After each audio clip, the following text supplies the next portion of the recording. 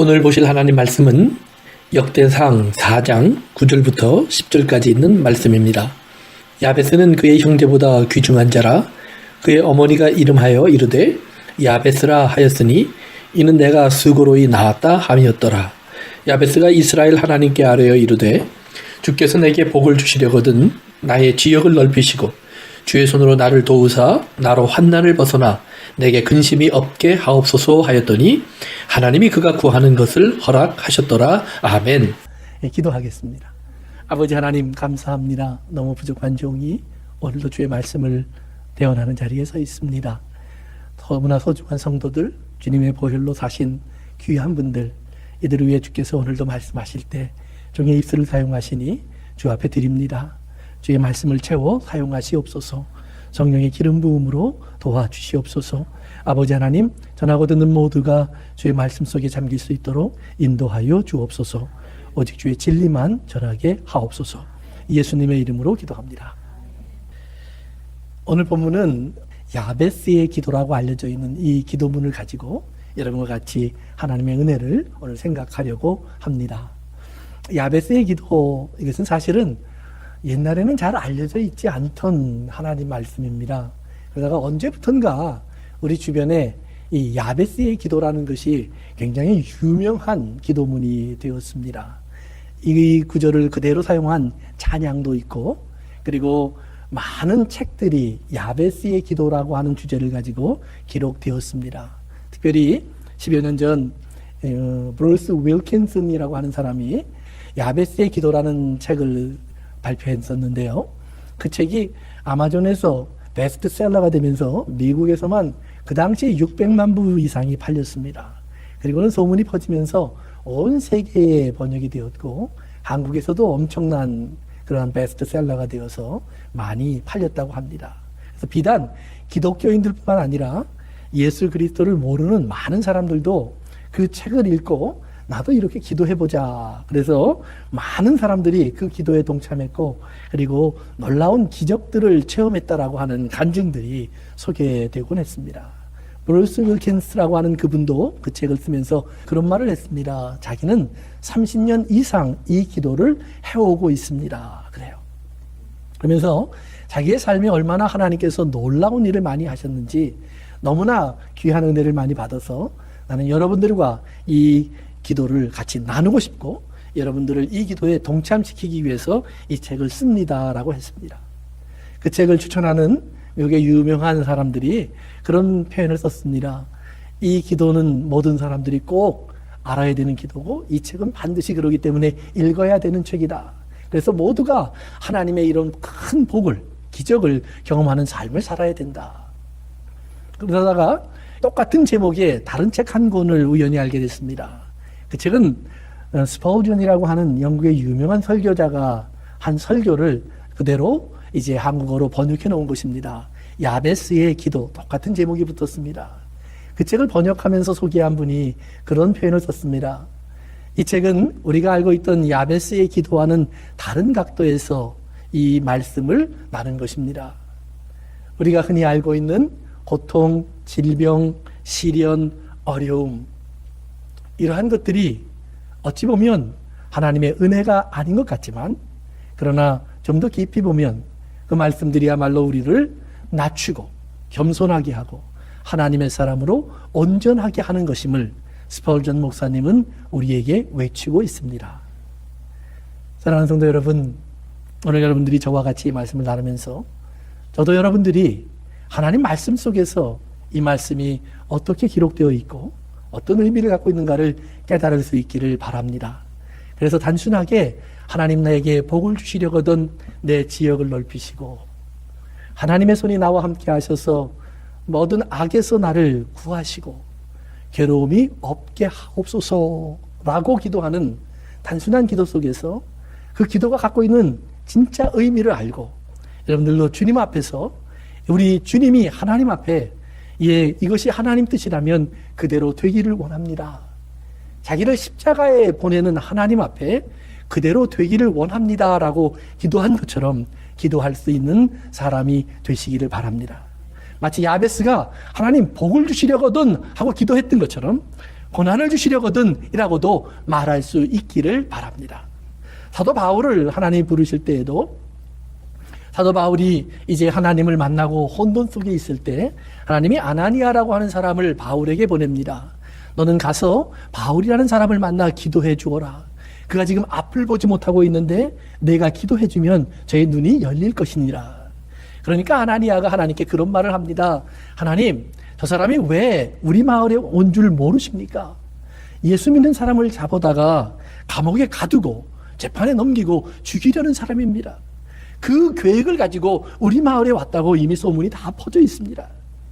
그때 하나님이 아나니아에게 이런 말을 합니다. 네가 내 계획을 모르는구나. 아나니아야, 가서 그에게 안수하라. 저 사람은 나를 위하여 얼마나 많은 고통을 받아야 할 사람인 줄 내가 알게 하리라. 바울의 눈이 떠질 것인데 네가 안수하면 그 눈이 떠지면서 내가 얼마나 큰 고통을 받아야 될 사람인 줄을 알게 되리라.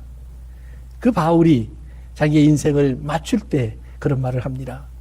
나는 나의 길을 잘 달려왔습니다. 믿음에 흔들리지 않고 올 수 있었습니다. 그리고 내가 이제 내 앞을 바라봅니다. 며칠 후면 내가 죽을 것 같습니다. 그런데 내가 죽으면 내 앞에는 면류관이 기다리고 있음을 봅니다. 가장 어려운 감옥 생활을 겪으면서 바울이 쓴 빌립보서라는 편지에는 이렇게 기록되어 있습니다. 기뻐하라. 내가 다시 말하노니 기뻐하라. 너희는 기뻐하라. 환난을 만나도 기뻐하라. 기뻐하라는 말이 반복되어서 그 서신에 가득 차 있습니다. 사랑하는 성도 여러분, 왜 그 고난 속에서 바울은 기쁨을 말할 수 있었고 자기를 구하지 않고 칼에 목이 잘라지게 하시는 하나님을 바라보면서 기쁨으로 자기가 드리겠다고 말을 할 수 있었고, 그리고 그 앞에 있는 면류관을 바라보며 그가 왜 감사했는지, 그리고 이 땅의 사람들에게 여러분들의 인생 속에서 나처럼 감옥생활 이런 고난받는 것 가능하면 없기를 바랍니다. 그렇지만 꼭 하나, 내가 아는 예수님, 내가 만난 예수님, 내가 아는 이 생명은 여러분도 꼭 받으시길 바랍니다. 그렇기 때문에 나는 오늘 감옥에 있지만 부끄럽지 않습니다. 오늘 그렇기 때문에 나는 가난하지만 나는 초라하지도 않습니다. 오늘 여러분들이 볼 때에는 내가 참 안 돼 보일지라도 나는 여러분들에게 꼭 주고 싶은 소중한 것이 있습니다. 사랑하는 성도 여러분, 오늘 여러분 이런 부요가 함께하는 분이 될 수 있기를 바랍니다. 야베스의 기도는 참 특별한 기도입니다. 야베스의 기도가 기록되어 있는 성경 역대상, 역대하라고 하는 성경은 열왕기라고 하는 하나님의 말씀과 이렇게 짝을 이루는 말씀입니다. 그런데 열왕기에는, 그리고 열왕기의 전반부라고 볼 수 있는 사무엘이 기록한 사무엘상 하의 성경을 보면 야베스의 이야기가 없습니다. 야베스의 족보를 확인해 볼 수 있는 이야기도 없습니다. 그림자도 없습니다. 열왕기서는 하나님께서 이스라엘의 죄악 때문에 무너지게 하셨다라는 말로 맞추게 됩니다. 그래서 열왕기서의 결론을 보면 이스라엘이 범죄하였고 하나님은 바벨론을 들어서 이스라엘을 다 파괴하고 이스라엘의 귀한 사람들을 포로로 잡아갔다. 이것이 열왕기서의 결론입니다. 그런데 역대기서의 결론을 보면 조금 다른 결론이 있습니다. 그 앞부분까지 똑같은 말이 나옵니다. 이스라엘이 범죄해서 바벨론의 포로로 잡혀갔다. 그런데 하나님께서 말씀대로, 약속대로 이스라엘을 다시 돌려보내셨다. 돌아왔다는 이야기까지가 역대기에는 기록되어 있습니다. 그래서 성경학자들은 그런 말을 합니다. 역대기와 열왕기가 기록된 연대를 비교하면서 열왕기서는 BC 한 560년경, 그리고 역대기는 BC 한 400년경, 160년 정도의 차이를 가지고 기록되었는데 열왕기서가 기록되었을 때는 이스라엘이 막 무너진 직후입니다. 그렇기 때문에 그들은 우리가 왜 무너졌는가를 기록해 놓았습니다. 역대기는 그로부터 160년이 지난 후에 포로 생활을 마치고 돌아와서 예루살렘 성을 세웠고 성전을 건축해 놓았습니다. 과거의 성전과 성과 비교하면 참 초라하지만 그래도 이제 다시 독립된 나라를 나름대로 갖게 되었을 때 기록한 글이라고 말을 합니다. 그러면서 그런데 왜 그러면 이 야베스의 기도라고 하는 내용이 열왕기에는 없는데 역대기에는 있을까? 그들이 돌아오면서 기억하는 것입니다. 그들이 새로 나라를 출발해 보면서 생각해 보는 것입니다. 우리나라가 나라다워지려면, 우리가 다시 한번 하나님의 나라로 이 땅에 우뚝 서려면 어떤 사람들이 되어야, 어떤 모습을 가져야 하나님이 복을 주실 수 있는 사람이 되어서 하나님의 나라다웁게, 하나님의 사람다웁게 이 땅에 우뚝 설 수 있을까? 그때 기억한 것이 야베스라는 사람입니다. 우리나라가 만약에 2차 세계대전 직전에 일본에게 식민지가 되지 않고 그대로 조선이라는 나라가 유지되었으면 오늘 우리들의 모습은 상상할 수 없을 겁니다. 그러면서 우리가 많이 생각하고 있는 유명한 사람들, 김구, 유관순, 안중근, 이런 독립운동가들의 이야기도 우리와는 상관없는 사람들의 이야기일 겁니다.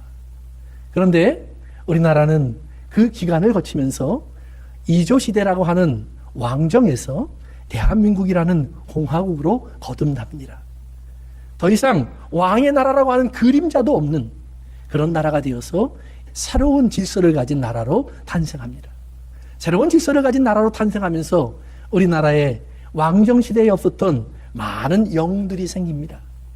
그리고 그 이야기를 교과서에 집어넣어서 어린 학생 때부터 우리들은 귀에 못이 박히도록 반복해서 듣습니다. 그 반복 속에서 우리는 그러기 때문에 우리가 독립했구나, 그러기 때문에 우리는 자유롭구나, 그러기 때문에 우리는 잘 살게 되었구나, 그러기 때문에 우리는 이런 민주주의를 해야 되는 것이구나, 희생한 사람들, 죽어간 사람들의 동상을 보면서 그것을 되새기는 작업을 반복하는 것입니다. 그것처럼 하나님은 이스라엘이 이제 포로 생활에서 돌아올 때 그들이 기억해야 될 한 가지 일을, 과거에는 몰랐던 한 가지 일을 다시 기억하게 하신 것입니다.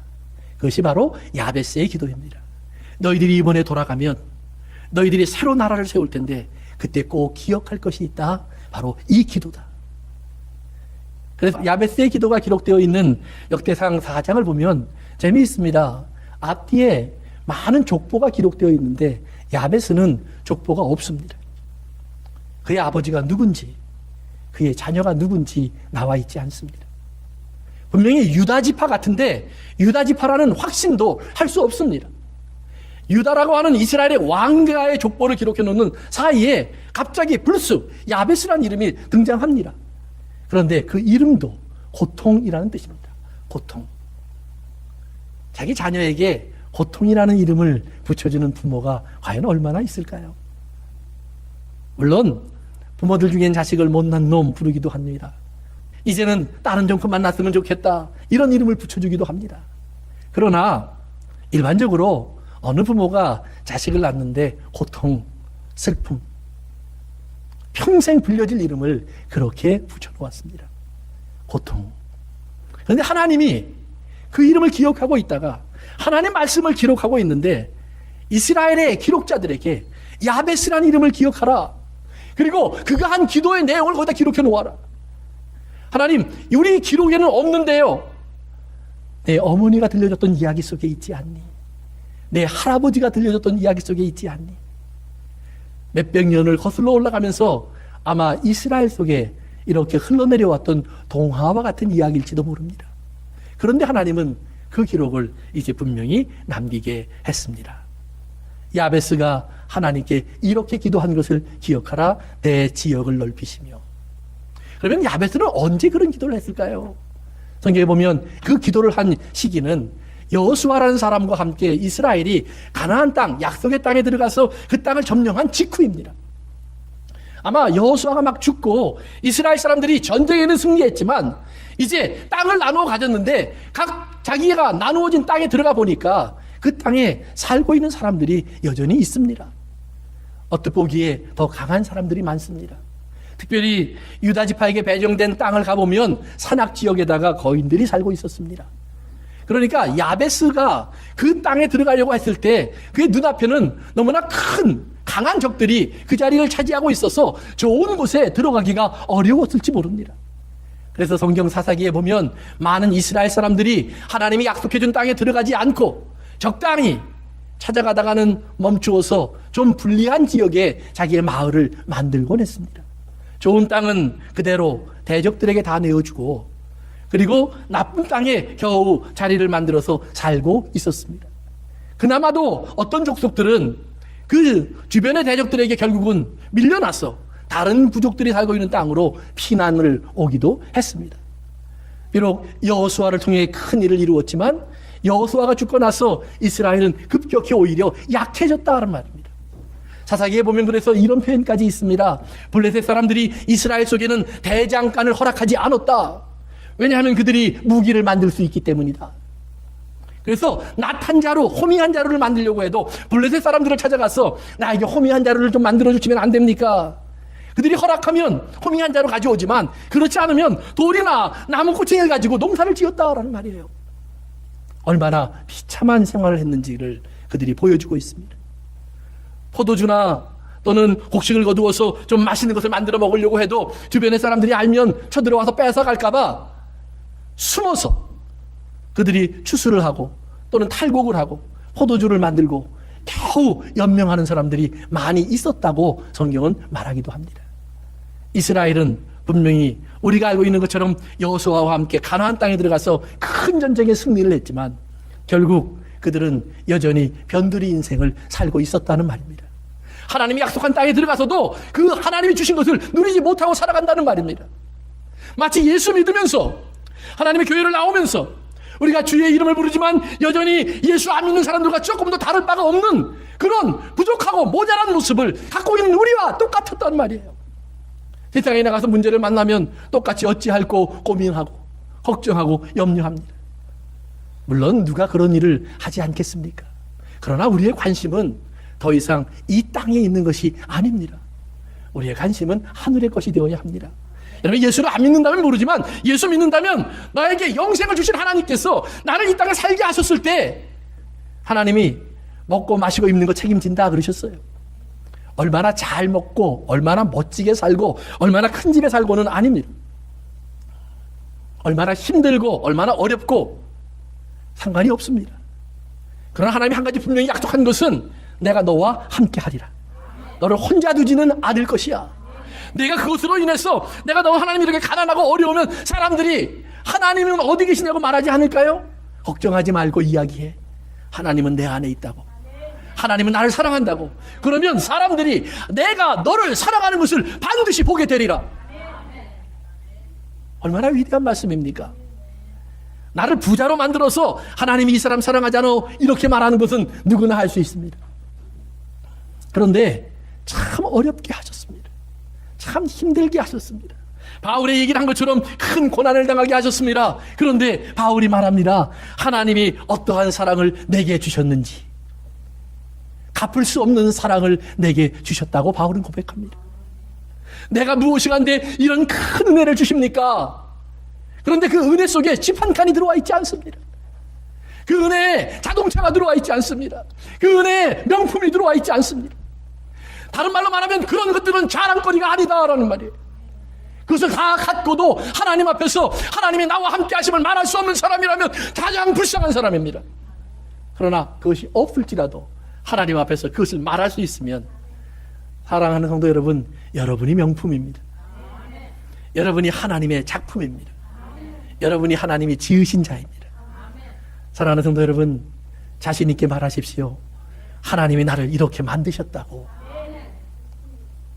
저는 가끔 성령이라고 하는 하나님의 사람이 찬양할 때를 보면 가사도 제대로 발음하지 못하는 그분의 모습을 봅니다. 참 아름다운 글들을 썼는데, 곡조를 만들었는데 그분이 직접 노래하는 것은 온몸을 비틀어가며 한마디 한마디를 겨우겨우 합니다. 그때 내 생각은 그래요. 하나님, 저 찬송을 하다가 저가 말이 바로 나온다면 얼마나 멋지겠습니까? 저 찬송을 하다가 저의 몸이 똑바로 설 수 있는 사람이 되면 얼마나 근사하겠습니까? 온 세상이 춤추지 않겠습니까? 그런데 그분은 나 가진 것 없지만 그래요. 난 남들이 누리는 것 없지만, 남들이 하는 것 할 수 없지만, 남들이 모르는 것 내게 있으니 여러분, 제가 하나님께 감사하는 것과 그분이 하나님께 감사하는 것을 비교하면 그는 1만 달란트와 100달러의 차이만큼이나 큽니다. 나는 멀쩡하기 때문에 감사합니다 하는데 저분은 그 뇌성마비라고 하는 가장 어려운 장애 속에서 하나님께 감사합니다 그럽니다. 그러면 누가 더 크게 감사하겠느냐? 깨닫기 전까지는 납니다. 깨닫고 나면 그분입니다. 그분입니다. 사랑하는 성도 여러분, 기독교는 이런 역사를 가지고 있는 겁니다. 세상이 가지고 있는 기준과는 전혀 다른 기준을 우리는 그렇기 때문에 죽음으로 끝나는 인생이 아닌 부활의 인생이 있는 것을 믿는 것이고, 그렇기 때문에 우리는 이 땅의 삶이 아닌 하나님 앞에서 심판을 받고 천국과 지옥으로 갈라지는 삶이 있는 것을 믿고 살아가는 것입니다. 그것을 안 믿는다면 교회에 나와서 시간을 낭비하지 마세요. 불안식이라다면 하나님께 간구하세요. 나에게 이 지혜를 주십시오. 이 깨달음을 주십시오. 이것은 여러분의 존재만큼이나 간절해야 됩니다. 여러분의 호흡만큼이나 간절해야 됩니다. 야베스가 자기의 주변을 돌아봅니다. 분명히 여호수아는 하나님이 내게 이 땅을 주셨다라고 말을 했는데 그 땅에 누군가가 주인처럼 자리 잡고 있습니다. 자기와 자기 가족들이 들어가 살려고 하다 보니까 좋은 곳은 다 빼앗기고 물 있는 곳은 다 빼앗기고 저 가난한 사람들이나 사람이 살 수 없는 협곡과 또는 사막 같은 곳 또는 산 모서리 같은 곳에나 겨우 자기가 자리를 잡을 수 있습니다. 그곳에 앉아서 저는 하나님 앞에 기도를 시작합니다. 하나님, 내게 복을 주시겠다고요. 근데 거기서 복을 주신다라는 말이 바라크 두 번 씁니다. 바라크라는 말이 복인데 그 말을 두 번 씁니다. 두 번 쓴다는 말은 강조한다는 말입니다. 꼭 준다는 말이에요. 하나님, 나에게 꼭 복을 주시겠다고 말씀하신 거 맞지요? 이 말입니다. 거기다가 이스라엘 사람들이 쓰는 표현으로 빠지면 그것은 강조법을 썼습니다. 두 번 쓴 것뿐만 아니라 강조했다는 말입니다. 이게 정말 하나님 뜻이지요. 정말 하나님 뜻이죠.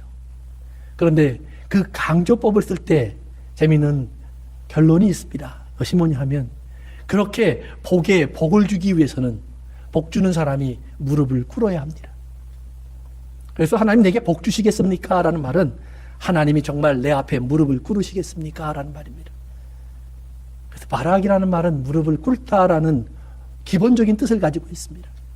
그러니까 하나님이 내게 복을 주시겠다고요? 하나님이 정말 내 앞에 무릎을 꿇으시겠다고요? 그런 말이에요.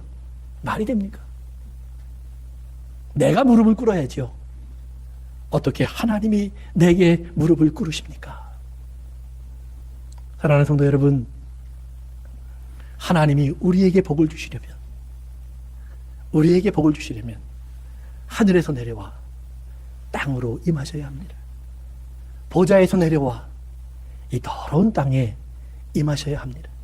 임하는 것으로 부족해서 땅에 구르셔야 합니다. 십자가에 박히셔야 합니다. 그것보다 더 확실하게 무릎을 꿇는 모습이 없습니다. 어느 분이 그런 표현을 썼습니다. 한번 얘기해 봅시다. 당신의 아이가 저 낭떠러지 밑에 떨어져 있습니다. 아버지를 부르고 있습니다. 당신은 낭떠러지 위에서 아이야 이리 올라오너라 라고 말하겠습니까? 아니면 뛰어 내려가시겠습니까? 뛰어 내려가서는 아이 옆에 서서 이제는 일어나라 그러시겠습니까? 아니면 아이 앞에 무릎을 꿇고 앉아서 아이의 몸을 부둥켜 안고 상처를 닦아내면서 아이야 일어나라, 눈을 떠라, 호흡하라 말하시겠습니까? 하나님 앞에 이스라엘은 존재하지 않았습니다. 더러운 사람들이었습니다. 하나님 앞에 교회, 오늘 나라고 하는 사람, 내가 예수님 안에 들어와 하나님 거룩한 사람처럼 말씀하고 있는 목사의 역할을 하고 있지만 나는 죄인이었습니다. I'm nothing. 나는 아무것도 아니었습니다. 바울의 고백이에요. 사람들은 나를 훌륭하다고 말합니다. 놀라운 말을 한다고 말합니다. 비밀을 아는 사람이라고 말합니다. 하나님, 그러나 나는 죄인입니다. 나는 저 밑바닥에 엎어져 있습니다. 하나님, 그런데 나에게 복을 주시겠다고 여기까지 오십니까? 나를 끌어안으라고 무릎을 꿇으십니까? 그 무릎에 상처를 내시고 그 거룩한 옷에 이 먼지를 묻히십니까? 그 말이에요. 꼭 그렇게 하시겠습니까, 하나님? 사랑하는 성도 여러분, 우리가 살고 있는 이 세상 앞에서 우리들 한 사람 한 사람은 그런 죄인입니다. 그런 나를 복 주시겠다고 하나님이 말씀하는 겁니다. 저 위에서 입으로 I bless you가 아닙니다. 육신을 입고 이 땅에 오셔서 가장 처절한 모습으로 바라크 무릎을 꿇고 나를 부둥켜 안고 나에게 손을 얹으면서 그 손을 내게 얹으면서 내가 너에게 복을 주려고 왔다라고 하십니다. He brought present for us. 그걸 은혜라고 합니다. 은혜. 그래서 바라크라는 말에는 이 present라는 말이 들어가 있습니다. 두 번째로 하나님이 무릎을 꿇고 이 선물을 가지고 와서 하나님 꼭 나에게 주시겠다고요, 그 말입니다. 내가 누군데요, 하나님? 내가 무엇이라고요, 하나님? 예, 우리의 입장에서 하나님을 바라볼 때에는 접근할 수 없는 분입니다. 나는 가까이 다가갈 수 없는 더러운 자입니다. 그러나 하나님 말씀하십니다. 내가 너를 지었고 내가 오늘 너를 내 아들이라고 불렀다라고 말씀하십니다. Who else? 누가 이런 사람을 아들이라고 부를까요? 아들이라고 불렀다가도 입을 다물고 싶은 것인데, 그러기에 탕자가 돌아올 때 아버지는 달려갔다고 되어 있습니다. 아마 맨발이었겠죠. 그리고 탕자를 부둥켜 안았다고 되어 있습니다. 어떻게 안았을까요? 탕자는 아버지가 오자 자기 얼굴을 숙였습니다. 다가오자 바닥에 엎어져 버렸습니다. 그 탕자를 안으려면 어떻게 됐을까요? 엎어져 있는 탕자 위로 아버지가 엎어졌을 겁니다. 그리고 뒹굴 그 아들을 얼싸안고 아들아, 아들아. 성도 여러분, 이것이 복을 주는 하나님의 모습이다라는 말입니다. 하나님, 내가 복을 받을 자격이 없는데 나에게 정말 복을 주시겠다고요? 그런 하나님이 되시겠다고요? 야곱이 그 하나님을 만났습니다. 야복강에서. 자기가 세상에 나가 부귀 영화를 이루었지만 누릴 곳이 없습니다. 내가 어디로 가야 할까? 베델, 자기의 집이 기억이 났습니다. 그곳에서 부르는 하나님의 소리가 들렸습니다. 그곳으로 돌아가리라. 앞에 원수가 막아섰습니다. 죽이려고 칼을 들고 왔습니다. 저가 건너가지 못하고 전전긍긍합니다. 그 밤에 누군가가 다가와서 자기와 씨름을 시작합니다. 그를 하나님이라고 부릅니다.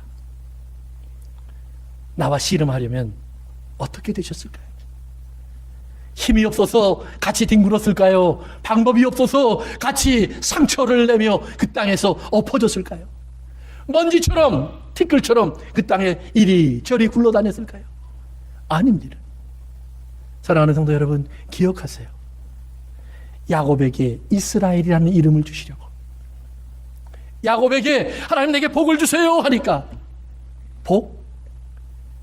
내가 내게 이름을 주마. 이름을 주마. 야곱, 사기꾼, 이스라엘 이긴 자. 야베스, 저가 하나님께 기도합니다.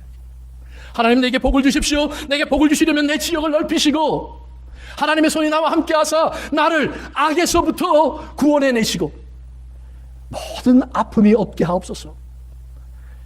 성경학자들은 그 구절을 연구하면서 그런 말을 합니다. 여기에 문장이 온전히 이루어지려면 몇 가지 단어들이 빠진 것 같습니다.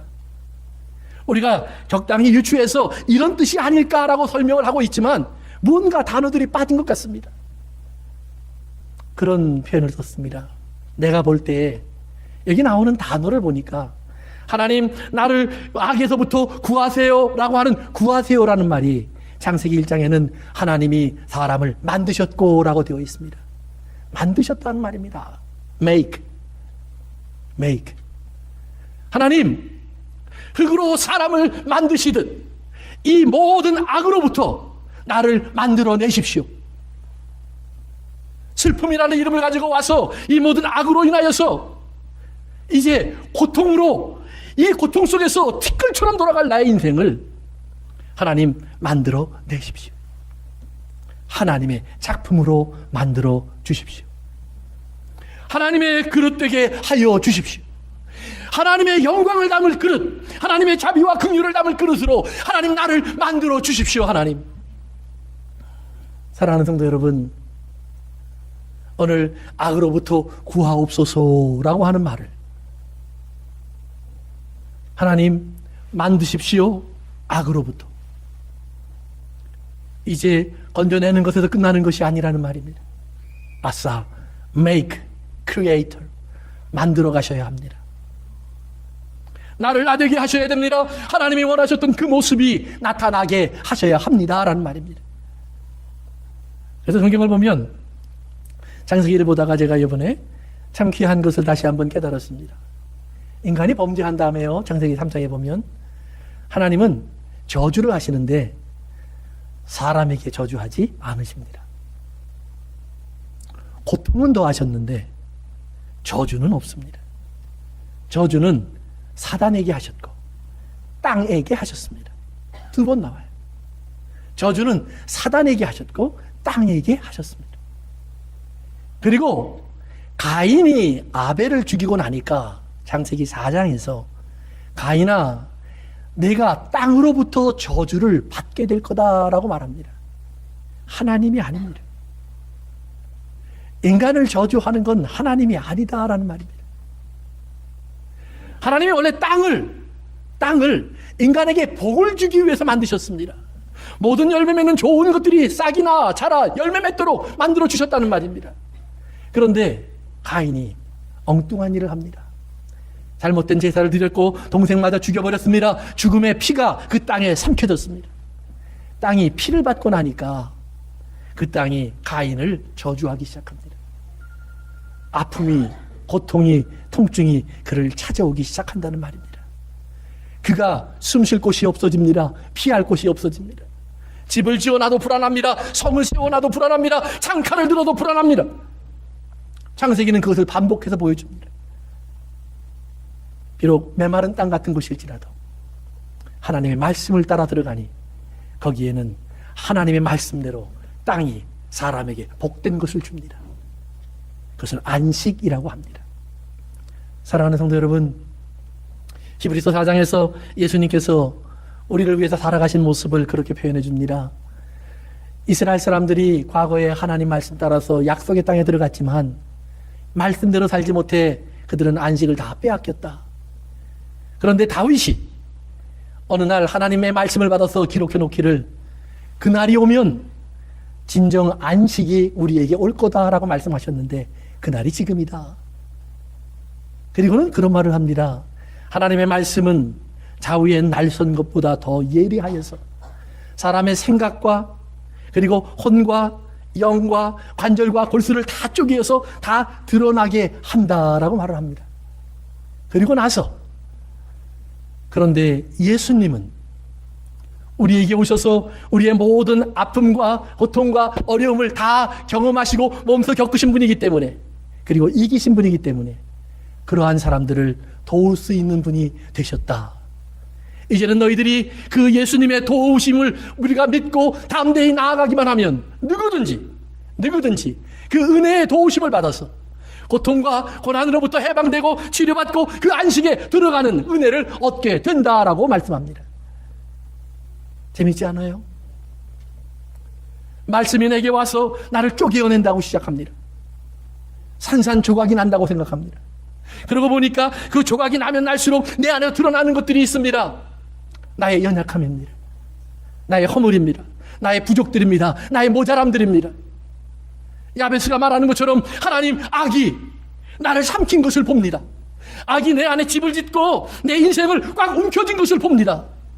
하나님, 그런데 여기서 나를 만들어 주십시오. 어떻게 해요? 말씀으로 쪼개어 나가십시오. 하나님, 죄와 나를 구분해 내십시오. 하나님, 내가 아닌 것과 나를 구분해 주십시오. 하나님, 하나님이 사랑하는 나, 하나님 빚으시는 나와 아버지 하나님, 악이 내 안에 들어와서 자리 잡아 뿌리를 내리고 죄가 된 것들을 다 끌어내어 주십시오. 하나님, 예수 그리스도 안에서 예수님이 알고 있는 것처럼 우리가 얼마나 시험에 쉽게 넘어지고 얼마나 유혹에 이끌려가기 쉽고 얼마나 고통과 아픔으로부터 벗어나고 싶어서 우리가 세상과 타협하고 죽음이 두려워 종노릇하고 있는 것을 알고 계시지 않습니까, 하나님? 그러나 거기에서 나를 버려두지 마시고 나를 해방시켜 주십시오, 하나님. 성도 여러분, 야베스의 기도는 그런 기도라는 말입니다. 하나님, 내가 그저 악이 내게 다가오는 것을 다 피해서 쏙쏙 피해 다니는 사람이 되기를 원합니다. 미꾸라지처럼 아닙니다. 오늘 내 인생 하나님, 그 홍수 또는 폭풍 또는 이 땅의 모든 어려움과 환난의 한복판에 내가 들어갈지라도 그 시험에 내가 넘어지지 않게 하옵소서, 하나님. 그리고 그 시험 속에서 하나님이 나에게 환난을 만나는 온전히 기뻐하라. 왜냐하면 환난은 인내는 우리에게 하나님의 믿음을 온전케 하는 방편이 되기 때문이다. 나에게 믿음을 만들어 주십시오, 하나님. 그 앞에서 하나님, 내가 뒤로 물러나는 자가 되지 않게 하십시오. 하나님, 그 일을 보면서 하나님, 나는 무섭습니다, 두렵습니다, 그렇기 때문에 포기합니다가 아니라 하나님, 그렇기 때문에 내 힘으로는 갈 수 없습니다. 이제부터 하나님이 나를 캐리 하셔야 됩니다. 독수리의 날개 위에 얹어놓고 나를 데리고 가주십시오, 하나님. 내가 거기에 실려가겠습니다. 예수님처럼 그 앞에 우리가 간구하고 하나님 앞에 엎드린다면 하나님께서 나를 그곳으로 데리고 들어가실 것입니다. 그리고 그곳에서 나를 데리고 나오실 것입니다. 그리고 독수리가 날개침에 올라가듯이 소년이라도 넘어지고 장정이라도 피곤하여 갈 수 없는 그곳에 하나님을 기다리며 서 있다가 주님이 오시는 날 나의 의가 드러나는 기쁨을 맛보게 될 줄로 믿습니다. 사랑하는 성도 여러분, 야베스는 하나님, 이 고통으로부터 내가 하나님 만들어지기를 원합니다. 하나님의 작품으로. 그렇기 때문에 야베스는 하나님이 내려오셔서 나에게 무릎을 꿇고 이 은혜를 주기를 원하십니까? 이것이 정말 하나님의 뜻입니까? 변치 않는 하나님의 뜻입니까? 이루실 하나님의 뜻입니까? 하나님, 내가 믿습니다 라는 말을 하는 겁니다. 그렇기 때문에 내가 하나님께 이제는 나를 온전히 복종시키기를 원합니다, 그 말을 하는 겁니다. 하나님이 만드실 내 모습을 보기 위하여서 나는 여기에 엎드려 있겠습니다, 그렇게 고백하는 것입니다. 하나님이 무릎 꿇었다고 그 위에 목마를 타는 것이 아닙니다. 하나님이 엎어졌다고 내가 그 위에 올라타는 것이 아닙니다. 그 밑에 내가 있음을 보는 것입니다. 하나님의 그 품 안에 내가 있는 것을 봅니다. 암탉이 병아리를 품듯이 나를 품고 있는 하나님의 모습을 보는 것입니다. 아버지 하나님, 여기에서 내가 어떻게 버틸까요? 여기서 내가 어떻게 떠나지 않을까요? 여기서 내가 어떻게 주를 기다리며 그 시간까지 주님을 바라볼 수 있을까요? 내 믿음이 연약하여 흔들릴까 두렵사오니 주여 속히 하시옵소서, 그렇게 기도하는 겁니다. 그렇기 때문에 고통을 없이 하시옵소서보다는 티끌이 되지 않게 하시옵소서라는 표현이 더 맞지 않을까라고 생각을 합니다. 사랑하는 성도 여러분, 어떤 표현이든지 간에 우리는 기억하셔야 합니다. 하나님, 내게 복을 주시겠습니까? 내 지역을 넓히시옵소서. 그 넓히다라는 말은 번창하다라는 말입니다. 그 말은 항상 자녀와 연결되어 있는 말입니다. 이사야서 54장에 보면 하나님께서 이스라엘을 복을 얘기하실 때 그런 말을 합니다. 과부, 홀로 된 여자, 아이를 낳아보지 못한 여자, 해산의 고통을 모르는 여자, 잉태해보지 못한 여자, 그들을 이스라엘이라고 부르면서 너희들은 이제 노래하라 라고 합니다. 왜냐하면 너희들의 자녀가 많아질 것이다. 그리고 54장 2절에 보면 내 장막터를 넓히며 내 처소의 휘장을 아끼지 말고 널리 펴며 그리고 내 말뚝을 굳건히 박으며 내 장막줄을 길게 하라, 그렇게 말합니다. 그 말이 뭐냐 하면 하나님께서 우리에게 무언가를 주실 때에는 반드시 하나님이 사람을 주신다라는 말입니다. 사람. 어떤 사람? 자녀를 주신다는 말입니다. 그래서 하나님은 창세기 22장에서도 똑같은 말을 하시는데 하나님이 아브라함이 이삭을 제사로 바친 다음에 하나님이 이삭을 대신해서 양을 받으시고 이 축복을 얘기하실 때 22장에 보면 그렇게 말을 합니다. 내가 네 후손 이삭에게 큰 복을 주고 크게 번성하게 하리라. 그 말이 우리가 야베스가 하나님 나에게 복을 주시겠습니까? 내 지경을 넓히시옵소서, 똑같은 말입니다. 똑같은 단어를 씁니다. 바락도 2번 나오고요. 넓힌다, 라바라는 말이 번성하게 한다는 말이 2번 나옵니다. 하나님이 창세기에서 말씀하신 것처럼 하나님 내 자녀들이 많아져서 그 땅을 다 채우게 하시옵소서, 그 말입니다. 예수님이 이 땅을 떠나시면서 말합니다. 땅 끝까지 복음이 전파될 것이라. 모든 족속들이 이 복음을 듣게 될 것이라. 하나님을 알지 못했던 곳에서 하나님의 이름을 부르는 소리들이 울려 퍼지기 시작할 것이다. 사랑하는 성도 여러분, 이 일은 그저 라디오로 텔레비로 되어지는 일이 아닙니다. 이 일은 편지 한 장으로 되어질 일도 아닙니다. 물과 성령으로 거듭난 하나님의 사람들이 자기의 삶의 현장에서 하나님의 이름을 부를 때 이루어질 일들입니다. 내 장막을 넓히시며, 사랑하는 성도 여러분, 장막은 항상 하나님의 집을 상징합니다. 이스라엘의 장막은 항상 하나님이 아버지로 계시는 곳입니다. 그렇기 때문에 하나님의 아버지의 집이, 하나님 아버지의 집이 내 인생 속에 가득 차려면 하나님, 내 안에 하나님을 사모함이 가득해야 합니다. 내 가정 안에 가득 차려면 하나님, 나를 통하여서 내 자녀들의 삶 속에 하나님의 사랑의 모습이 그들에게 비춰지기 시작해야 합니다. 하나님, 내 이웃 속에서 하나님, 이 하나님의 나라가 확장되려면 아버지 하나님, 그곳에 나를 통하여서 저들이 하나님이 나를 사랑하심을 보아야 합니다. 사랑하는 성도 여러분, 여러분 속에서 하나님이 날 사랑하심을 말할 수 있는 귀한 모습이 있기를 주의 이름으로 축원합니다. 주님이 날 사랑하시는 모습, 그것은 주 앞에 그러기에 어떤 말이든지, 그것이 십자가일지라도, 많은 고난을 당해야 될 사람이라고 나를 부르시는, 바울을 부르시는 하나님의 부르심일지라도, 환난을 만나면 기뻐하라고 말씀하시는 주의 음성일지라도, 나를 따라오려거든 십자가를 지고 나를 따라오라고 말을 하시는 주의 명령일지라도, 사랑하는 성도 여러분, 오늘 여러분의 삶에서 나에게 이 음성을 들려준 것을 아멘 할 수 있기를 바랍니다. 왠지 아십니까? 그 음성의 끝에 주님이 계시기 때문입니다. 그 음성이 마치는 그 자리에 주께서 두 팔을 벌리고 계시기 때문입니다. 나를 품에 안으시려고 무릎을 꿇고 나를 향해 손을 벌리신 주님의 품으로 우리 모두 함께 나아갈 수 있기를 바랍니다. 기도합니다.